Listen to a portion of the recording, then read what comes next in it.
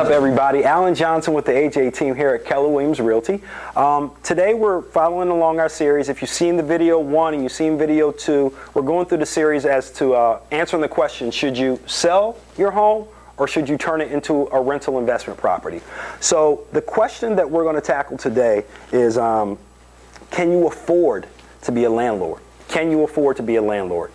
And the things that I think about when I ask myself that question, or when you ask yourself that question, the first thing you need to think about are reserves. Reserves are basically money, what if money. So what if a tenant fails to pay their rent? What if there's a major catastrophe that happens in the house where someone has to move out? What if you have a major issue that needs to be taken care of? Rule of thumb is that you need to at least have 6 months of rent saved up for every rental property that you plan to own. So if you own a property that you're renting out for $2,000 a month, you need to have $12,000 sitting in a separate account for just in case something happens. So when you're thinking about whether you want to sell your property or whether you want to rent your property, you need to be thinking about how much you have in reserves, not just how much equity you have, and we'll go over that in a second. Tenant turnover. Tenant turnover is one of those things that people don't really think about. They think they rent their property and a tenant's going to be there as soon as someone moves out. Well, that's oftentimes not the case, because tenants actually are the worst people to show your house. The reason why they're the worst people to show your house is because it's not their house. They don't have a vested interest in helping you find another tenant. They're never going to keep it clean. They're oftentimes moving out to somewhere else, and the last thing they're thinking about is showing your property.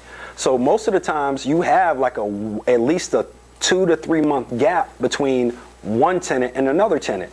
That's where reserves come into play. You need to have enough reserves, and you need to make sure that you have enough fluff money, that's what I call it, fluff money, to stem the tide between the first tenant and the second tenant. And if you have that, if you have those two things, then it may be a property that you need to think about turning into a rental property. The other thing about tenant turnover is rule of thumb, and my dad owns a ton of rental properties down where I'm from in Charlottesville, and I own properties around here as well.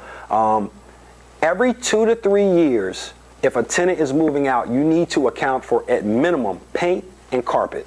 At minimum, paint and carpet. So that's also part of your tenant turnover costs. Not only may it be vacant for 2 to 3 months, but you may have to put carpet and you may have to put paint into the house. So that's why when we talked about in the earlier video, it may not be smart for you to turn a larger house into an rental investment property, because those costs start to get very, very expensive the bigger the house is. Third thing, cash flow. If it's a property that your mortgage amount is here and your cash flow, what you can get for rent, is here, that's something you may want to think about as being a good rental property. What I don't like to see is when say your mortgage amount is $2,000 and your rental amount is $2,100. Well, I don't think that's enough cash flow to go through the heartaches, the pains, and the issues of being a landlord. Unless you think the growth potential in the neighborhood's just off the charts, you got to have like a good $300, $400, $500, $600, $700 a month positive cash flow for it to be worth your time and energy to turn into a good rental investment property.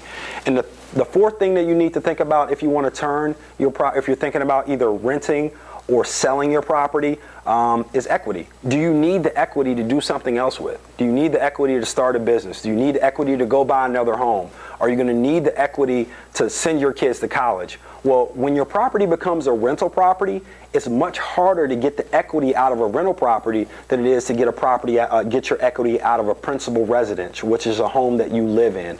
So the banks look at those properties very, very differently. They'll give you much more money to go do what you need to do when you live in the property, where they won't do it if it's an investment property. So those are things that you need to think about. Can you afford to be a landlord?